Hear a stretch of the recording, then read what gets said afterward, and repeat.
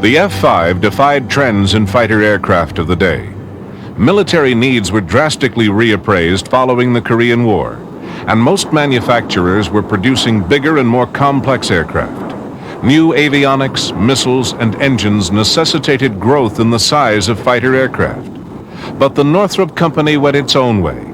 Northrop's design team researched the pros and cons of this trend and arrived at its own set of general requirements. As they saw it, the most important of these was the need to keep the planes small.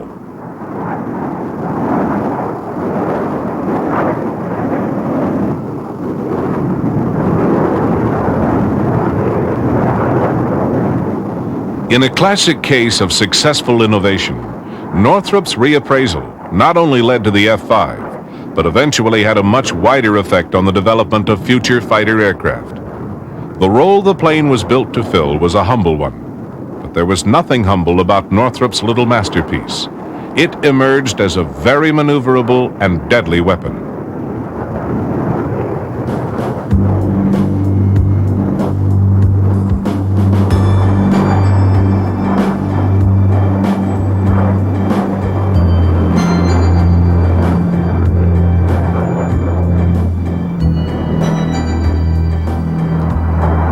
The F-5C was a rare type. 19 F-5s were re-equipped for U.S. Air Force combat trials in Vietnam. Because of these modifications, they were given the separate designation F-5C. To pilots, they were better known as the Scotia Tigers. With combat trials completed, the modified planes were handed over to the VNAF and became South Vietnam's first modern jet fighters.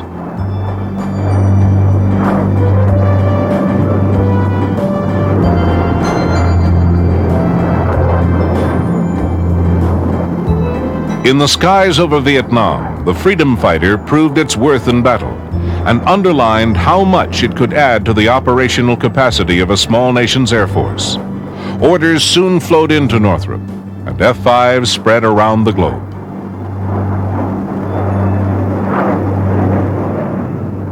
In action, the Vietnamese pilot's aggressiveness combined well with the little plane's accuracy, particularly during ground attack. The plane's load was small, but the precision of its delivery made up for the lack of bulk.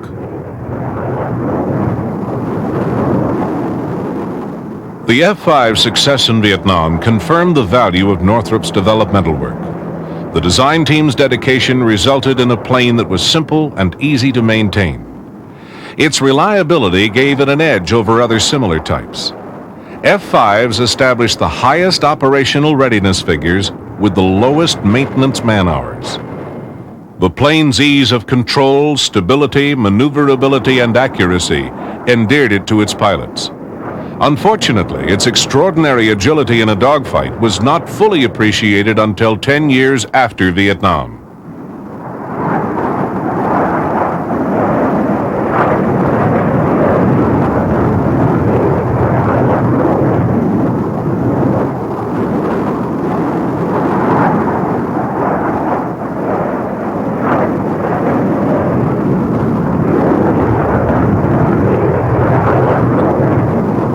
The F-5's evolution goes back to 1955, when Northrop completed the first phase of its fighter research studies. They produced Design N156 to serve as the basis for the development of either a supersonic trainer or a lightweight fighter. Although the Air Force wasn't interested in a small fighter at the time, the design's merit as a trainer was undeniable. And on June 15, 1956, the green light was given for the production of prototypes of what became known as the T-38 Talon. On April 10, 1959, the first T-38 took to the air in a series of tests that were remarkably smooth. It was the first supersonic plane to go through testing without a major accident. No aerodynamic changes were called for, and the plane performed flawlessly. The T-38 came out with an instantly established reputation for outstanding flight handling and forgiving characteristics. Following the success of the initial flights, large orders poured in. By October 1959, production was stepped up from 2 planes a month to 10. Eventually, nearly 1,200 T-38 Talons were built. Meanwhile, the company continued to develop the fighter version at its own expense, tailoring it to the emerging market with America's less affluent allies. This may have been a gamble, but it was a well-informed one. U.S. defense officials could see many advantages in providing friendly nations with advanced equipment. Additionally, it made sense to equip them with combat-capable modern weapons rather than antiquated ones. Many saw allies with obsolete equipment as liabilities to America's foreign policy goals. In May 1958, Northrop was instructed to go ahead with construction of 3 prototype N-156 fighters. Already in place, T-38 tooling served to accelerate production efforts, and the first N-156 fighter took to flight only 14 months later. Despite successful testing, the U.S. Air Force still had no interest in a small fighter, and foreign reception of the aircraft was lukewarm at best. Only 2 of the prototypes were completed. The third, partially constructed prototype was stored away, but not forgotten.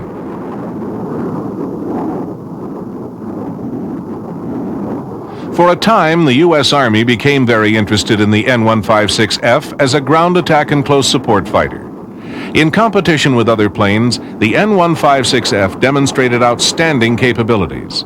Many were impressed with its reliability and ease of maintenance. But the Army competition was soon called off, mainly because of inter-service rivalries. Operating high-performance land-based fighters was a realm closely guarded by the U.S. Air Force. The Freedom Fighter was caught in a bureaucratic quagmire, for although the Air Force had no real interest in the plane, it was unwilling to operate them for the Army, nor was it about to let the Army operate the fighter on its own. The N-156F project languished. Northrop was very confident that they had a great plane, and everybody who came into contact with it was equally impressed.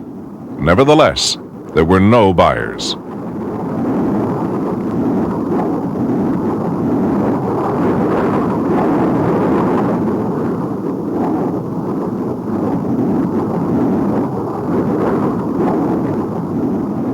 In May 1962, almost 3 years after the first flight, a breakthrough occurred when the Department of Defense reviewed the needs of America's NATO and SEATO allies. Existing practice was to supply the poorest of the allies with aging U.S. jets, no longer wanted by the Pentagon. Some saw this as an ineffective use of resources. What was really needed was the modern, inexpensive plane sitting dormant in Northrop's factory.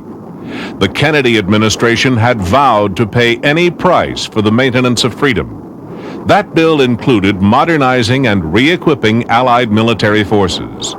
And as far as a lightweight, low-cost fighter was concerned, there was no need to look further than the N-156. It was soon announced that the plane would be supplied to favored nations under the Military Assistance Program, also known as MAP.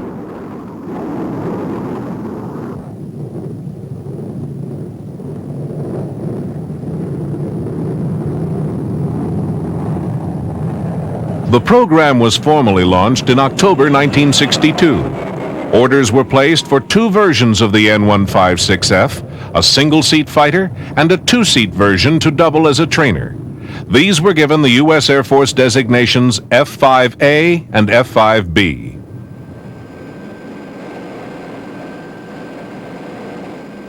The partially built third prototype was still in storage, but this too was dusted off, fitted with several new specifications, and designated the YF-5A. The first flight of the new plane took place on July 31, 1963.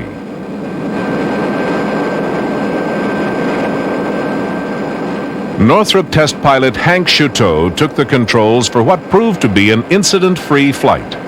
As with the T-38 and N-156 trials, the testing program went off without a hitch. Changes from the earlier designs had been few, these principally in more powerful engines and increased weapons loads. The plane was also given a more rugged landing gear for use from rough terrain.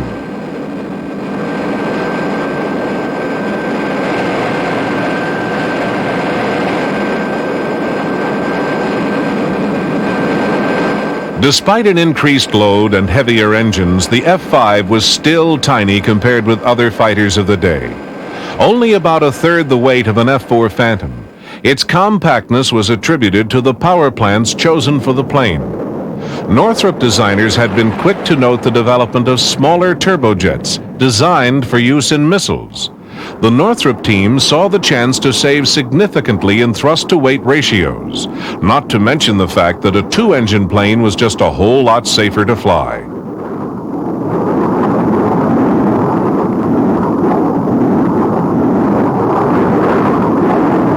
The two engines were located side by side in the aft fuselage.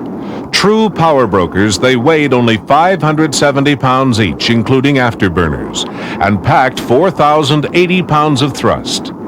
With a simple two-point mounting onto built-in overhead tracks, maintenance was so simple that a crew of 3 could remove and replace an engine in 20 minutes.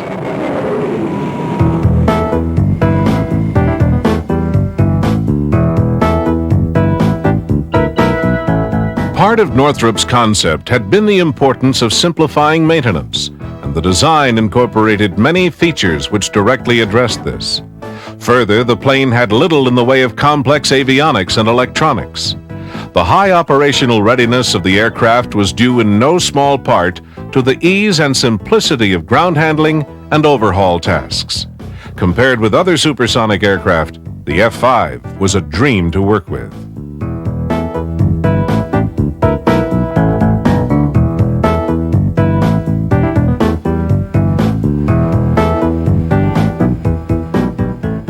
A total of 8 aircraft were used in the development and flight test program. These were quickly followed by production models.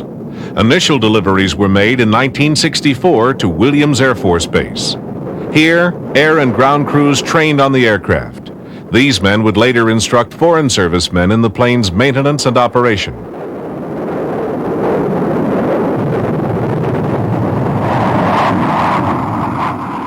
In time, each mapped country that received the F-5 sent groups of pilots and specialists for training. The aim was to have these people return to their homelands as qualified instructors. The F-5s used in this program all carried U.S. Air Force markings, but were in fact owned by the Allied nations.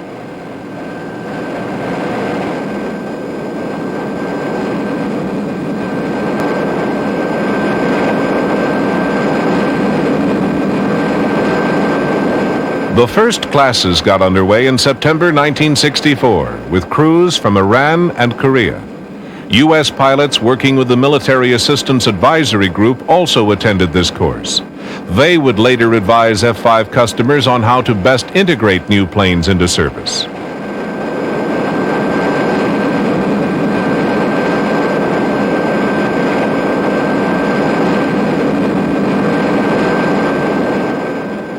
The F-5B two-seaters also passed their tests with flying colors and were soon shipped to buyers around the world.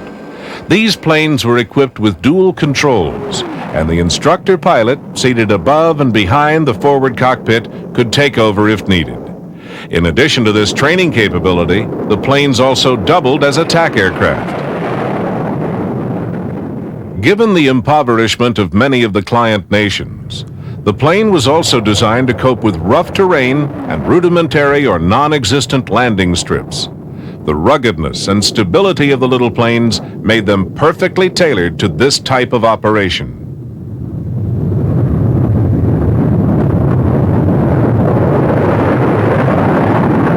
The Freedom Fighter wasn't terribly sophisticated, and this may have compromised some aspects of its performance.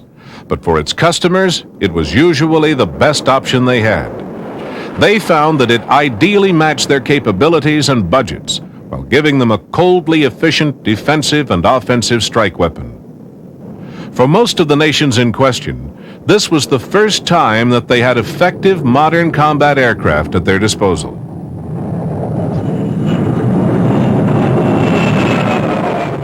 One of Northrop's major problems was that this scaled-down fighter had to accommodate a myriad of existing weapon systems.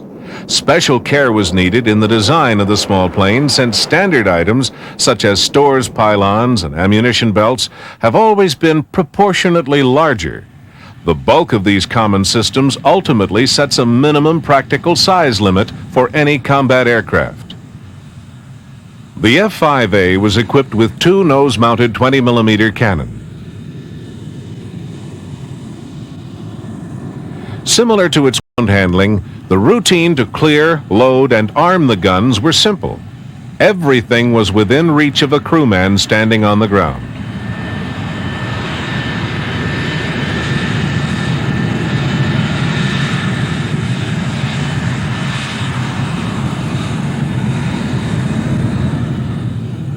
Aiming the guns was also simple.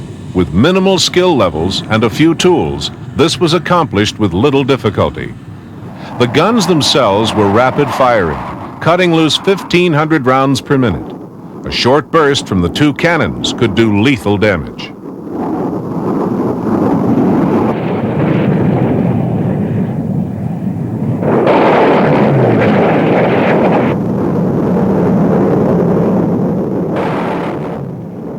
In addition, Sidewinder missiles could be mounted on the wingtips to give the little fighter a hefty air-to-air punch. From such a stable and easily controlled weapons platform, the F-5's guns had deadly accuracy.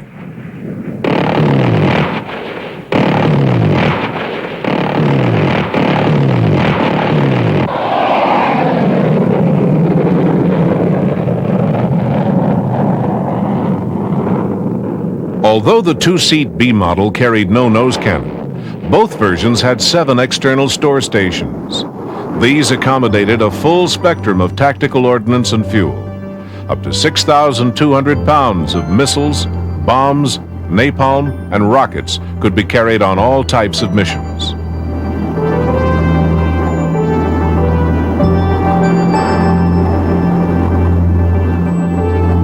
As a tactical support weapon, the F-5 proved its worth repeatedly. The freedom fighter's combination of outstanding high and low-speed maneuverability, unrestricted visibility, rapid response speed, and stability made it an excellent close support and interdiction aircraft. Upon its introduction in 1964, the F-5 made a big impact. In 1964 and 1965, the plane won 85% of the weapons meets in which it was entered. These formal contests took place both in the USA and overseas, and pitted the freedom fighter against a variety of the West's best frontline fighters. This compact warbird had virtues that made it a real handful to contend with.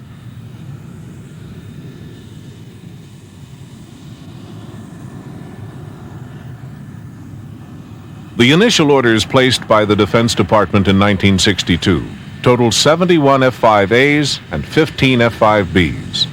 Many more orders flowed into Northrop as the years passed. The first F-5s to go into service were activated by Iran in February 1965. By the end of that year, another 5 air forces had purchased the new planes. In the meantime, additional orders poured in for standard F-5s.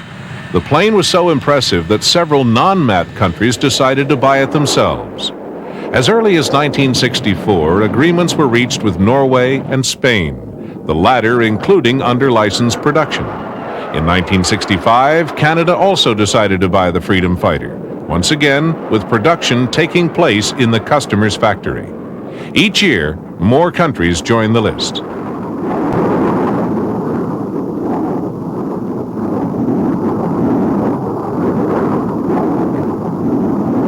As with many modern innovations, the F-5 had to give a good deal of credit to the space race.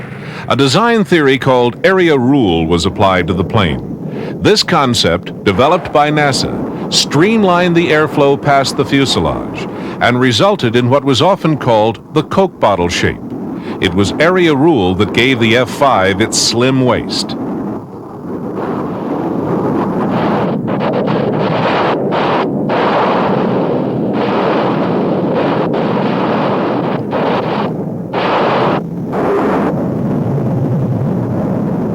The limitations of the F-5 were compensated for by the power and sophistication of the weapons it could employ. With sidewinders and cannon, it was a dangerous interceptor. In addition, a new role was developed for it with the production of an attachable camera pack. Combined with external fuel storage, this turned the plane into a long-range reconnaissance aircraft. In its primary tactical role, 4 big bullpup missiles, or up to 76 rockets, made it a potent ground attack weapon.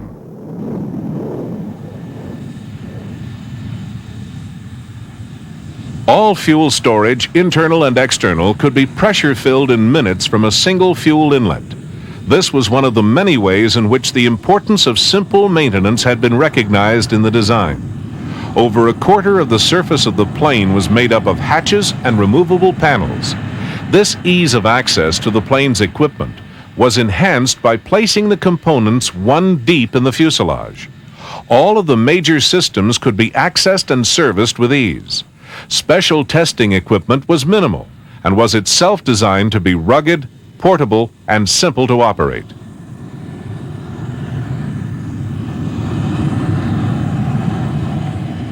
Compared with other aircraft capable of the same operational missions, the maintenance requirements of the F-5 were simple.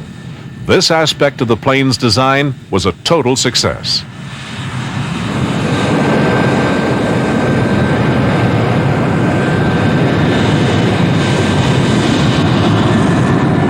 The F-5's war and fuel loads accounted for nearly 50% of its weight. This gave it the highest payload-to-weight ratio of any supersonic fighter. Due to the aircraft's superior aerodynamics, the small engines were able to push the fighter along at about Mach 1.3, and by now it was pretty clear that the airframe could endure much higher speeds. But these were speeds that the plane's small turbojets just couldn't muster. These limitations were to be a constant source of criticism for the Freedom Fighter. However, given that the engines were such a key to keeping the plane compact, this compromise was deemed worthwhile. The potential of the design in the close support role led the U.S. Air Force to test the planes under combat conditions in Vietnam. It was known as Operation Scotia Tiger, and 19 aircraft were re-equipped to U.S. Air Force standards in 1965. With aerial refueling systems, armor plating, and pylons that could be jettisoned, these modified planes were designated F-5Cs. The planes arrived in Vietnam on the 23rd of October and flew their first combat mission within hours of their arrival.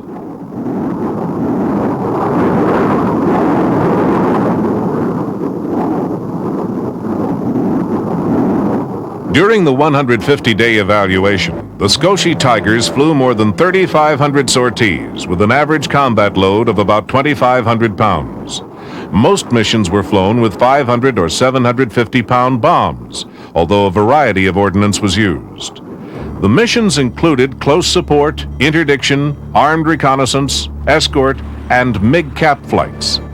The Tigers endeared themselves to their pilots and heavily impressed ground troops with their stability, accuracy, and reliability. Amazingly high readiness rates were established. By the end of the trials, maintenance time per flight was down to 6.5 hours. Northrop's expectation had been 21 hours, and this would have been a reasonably acceptable figure. The mission abort rate was an incredibly low 1.5%.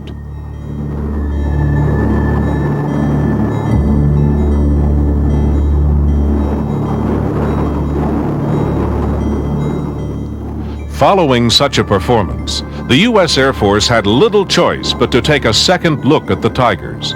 Its impressive outing strongly suggested that an advanced version could be designed, one that would overcome nagging doubts about the plane's engine power, range, and load. As a variation to the F-5A and B, newer and more powerful engines were adopted. In addition, many of the variations provided to foreign buyers were re-evaluated. The best of these were incorporated into the new design. Work began in April 1968, but was canceled in late '69 with the announcement that a new competition would take place, a competition to decide on a successor to the F-5 for the MAP program. Northrop's entry was a true ringer. Their newly developed F-5 model, forged out of recent combat experience in Vietnam.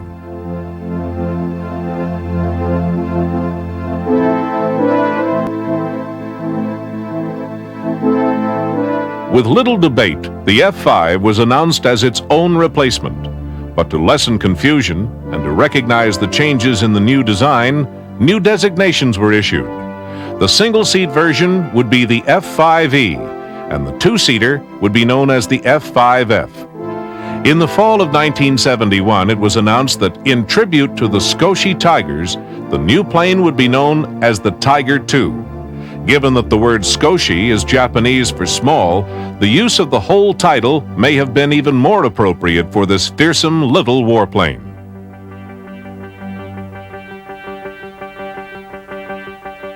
The rollout of the Tiger II took place on June 23, 1972, and the first flight followed on August 11th.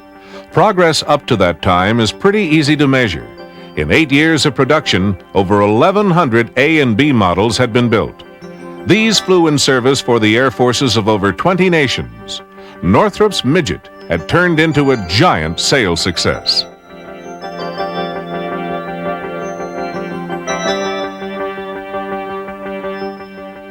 The F-5E engines boasted 5,000 pounds of thrust, an increase of over 20%.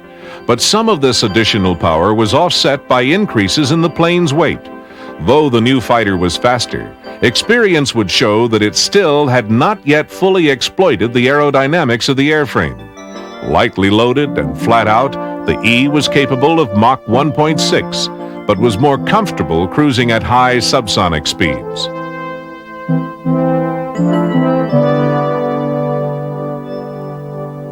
The Tiger airframe was basically the same as the earlier models. The fuselage was slightly wider, and there were several refinements to the plane's shape. But the original design work had been so good that little alteration was called for. The fuselage was all metal, with a stressed skin semi-monocoque structure.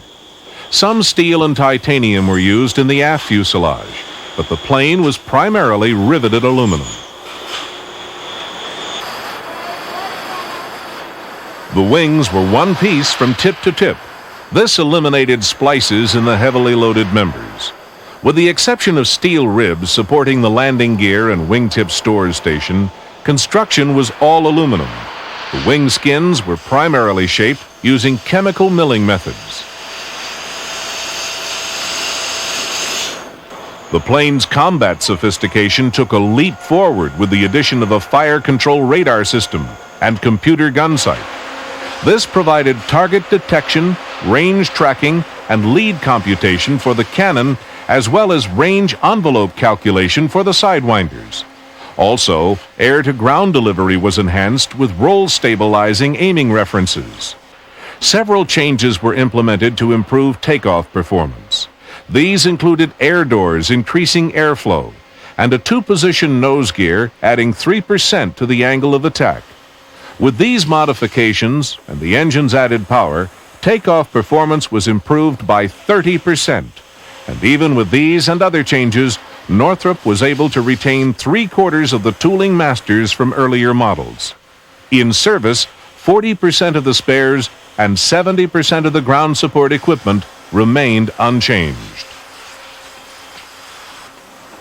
Early F-5Es had interchangeable nose sections, enabling the installation of a reconnaissance package.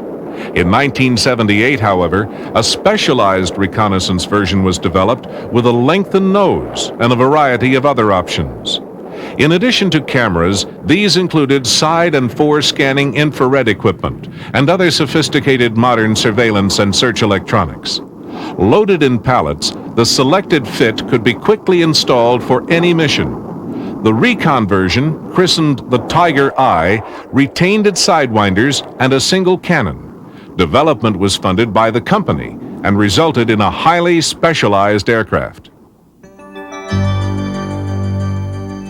Like many successful products, Northrop's Radical small fighter had now evolved into a family of planes. Production switched smoothly to the new model, and the first F-5Es were delivered by the end of 1973. By 1976, Northrop's sales of T-38s and F-5s had passed the 3,000 mark, with orders for Tiger IIs still pouring in. T-38 production ended in 1972, when the last of 1,189 aircraft was delivered to the U.S. Air Force. Incredibly, production of the Tiger II continued for another 17 years. The final E and F models were delivered to the Singapore Air Force in 1989. Altogether, the number of T-38s and F-5s manufactured was 3,806. Surprisingly, the T-38 Talon was the only version of the plane to see extensive service with the U.S. Air Force. 1,139 were purchased. In 1974, the 15-year-old design received the ultimate compliment. It was adopted by the Thunderbirds. Replacing the much larger F-4 Phantom, the T-38 brought its characteristic precision and maneuverability to the team. To its credit, it soon became evident that the team could operate 4 Talons for the same cost of 1 Phantom.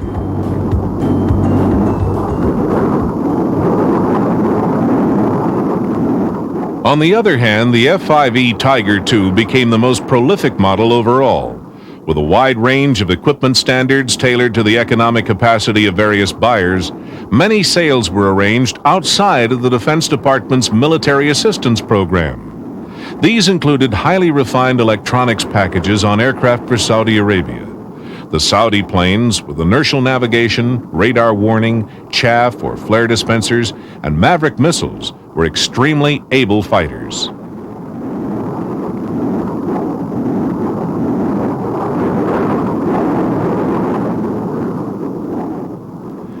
Reception of the Tiger II was mixed.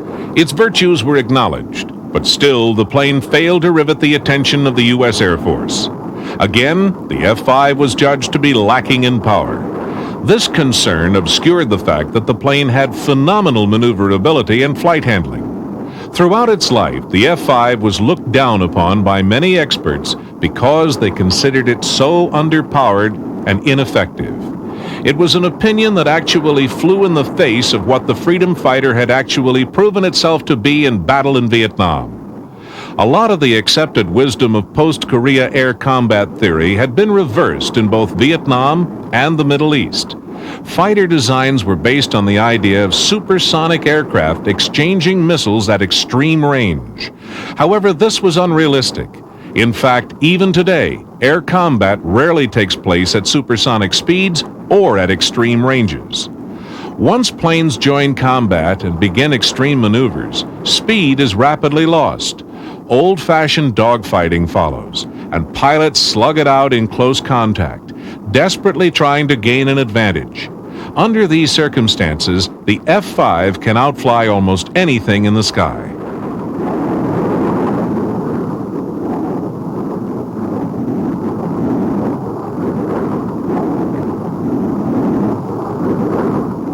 There is no other U.S. Air Force plane that has the F-5 specifications. Perhaps the nearest comparison would be with the Soviet MiG-21. Though the MiG had a powerful engine and could exceed Mach 2, this was its only real advantage over the Tiger. The MiG, though very maneuverable, has had a checkered career, although some of its variants are truly dangerous opponents. In a head-to-head showdown, the planes would be very evenly matched. The greater sophistication of the Tiger's avionics and the reliability of its weapon systems would have probably served to even things up.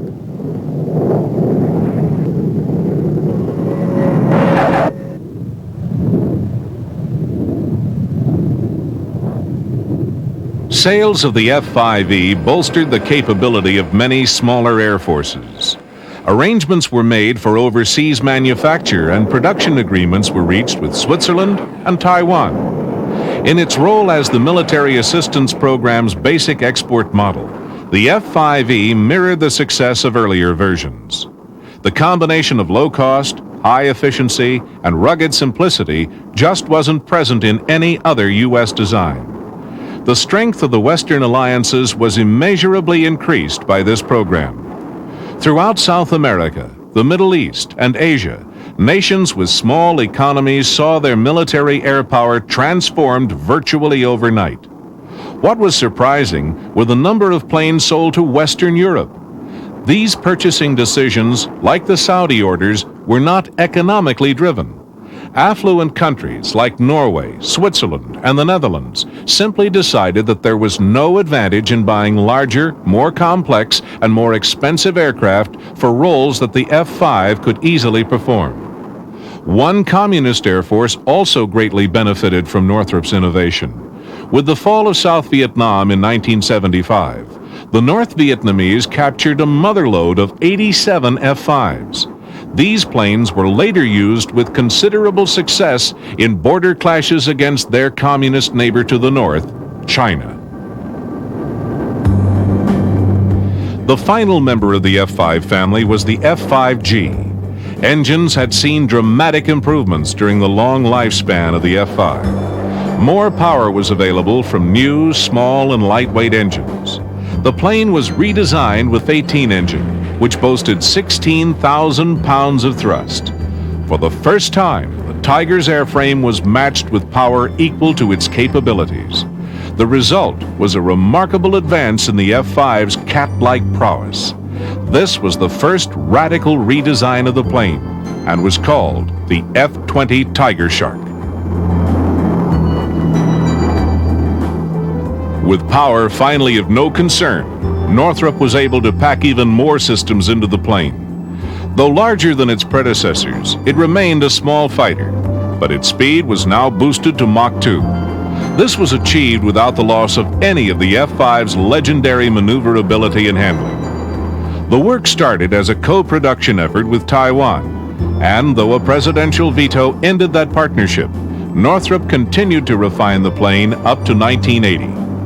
No doubt could remain about the aircraft's performance and power. Its takeoff was outstanding, its electronics state-of-the-art, and its price still low for a high-tech aircraft. Surprisingly, despite the Tiger Shark's fearsome ability, demand for the plane simply dried up. Northrop had no choice but to accept the inevitable, and the Tiger Shark was abandoned, the last of a family of fighters extending back a quarter of a century.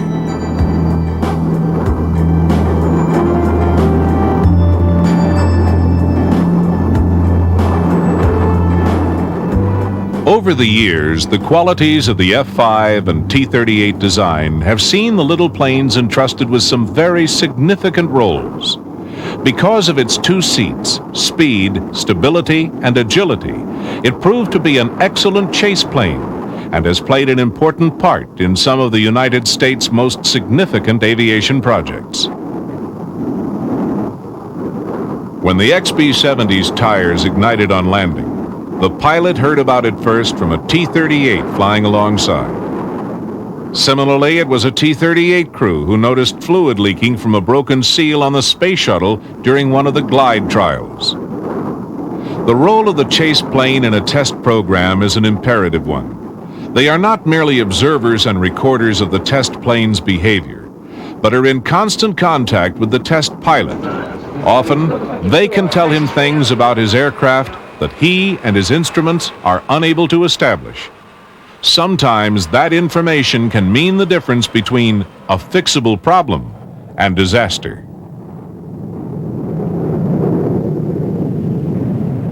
From the beginning, the T-38 and the F-5 have always displayed impeccable handling and stability. They always had enough ability to please the most demanding of pilots. Even today, NASA astronauts fly T-38s in order to keep a fine edge on their piloting skills. The little trainers have also found their way into many other niches, including mission support with the Strategic Air Command, chase and test support for the Aerospace Research Pilot School, and range support at Eglin Air Force Base. But most visibly, they continue to thrill thousands with the Thunderbirds. The F-5 has also resurfaced in the X-29 program. The forward swept wing X-plane was accompanied by a T-38 chase plane during its test series. The X-29's fuselage is that of an F-5, melded to the exotic wing of this futuristic fighter. The simplicity of construction, strength, and aerodynamic soundness of the F-5 made it the perfect candidate to be part of this hybrid bird.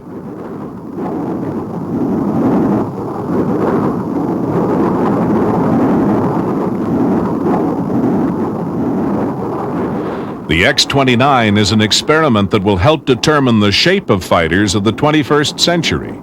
It's only fitting that the F-5, such a vital part of aviation history, should also be actively wedded to its future.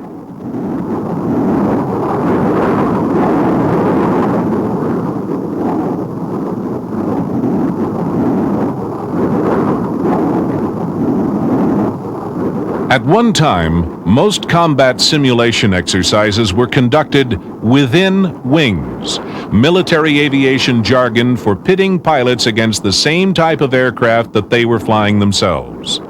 In wartime, this is a terribly unlikely scenario. The U.S. Navy's scheme to remedy this problem was a program called DACT, or Dissimilar Air Combat Tactics, taught at the Top Gun schools. In essence, it is training that attempts as realistically as possible to reproduce real combat conditions. When the North Vietnamese marched into Saigon, the United States found itself with an unexpected supply of F-5Es. These aircraft had been earmarked for the South Vietnamese, who would now have no use for them. It was these 70 aircraft that eventually formed the basis for the aggressor squadrons in the Air Force equivalent of Top Gun, the Red Flag exercise. Flown by some of their best pilots, the F-5 squadrons are a force to be reckoned with. The Tigers are used in part because of their similarities to the MiG-21. The Russian tactics, formations, and maneuvers used by the F-5s in Red Flag teach young pilots life-saving lessons. During these exercises, Nellis Air Force Base becomes a real combat air base, simulating the limited support facilities and organizational difficulties that would be expected in a frontline theater of war. It's important because they find out what these planes can do in a wartime situation, and that's good practice for both the crew chiefs of the planes and the air crew. Over the period of their use in Red Flag, the Tigers have come up against virtually every frontline fighter that the West has to offer. The aggressor pilots are very experienced, and they and their MiG-like F-5s have racked up kills against all comers. The Western power's best aircraft have been poised against them, and in 20 years the Tiger has yet to meet its master. And that stands as a sobering note, because while the Cold War and the freedom fighter are now things of the past, the MiG is still flying. The other one is 5 miles north of him. Okay, I got the north guy. Watch for that guy to the other side there, about thanks. Roger, welcome. He's saying you go after the guy to the south. He's 230 for 10 coming at you. I got him. He's advancing at this time. So we got some F4s north of Tunisia Peak. We got the Bandits 150 for 40 miles. They may try to hit over that way. You headed south now. That's firm. We're steady about 170. Okay, the lead just went in a right-hand turn to south. Come hard left, 180. Check on the nose a mile. You got a bogey, 6 o'clock for 6,000 feet. Right. Keep the turn in, we're coming around hard on him. Okay, got it. Yeah, I'm going left, somebody pick him up. Roger, he's off us, he's switched, reverse back, come back left. He's at our 9 o'clock now, go to that little peak. Okay, I can be in on him here, Roy. Just flared in, I'll stay in a right turn, get him. Hey, Fang, watch the guy now, 235 for 6 coming at you. Gonna meet him head on, Fang. Okay, I got him. Bravo Fox 1.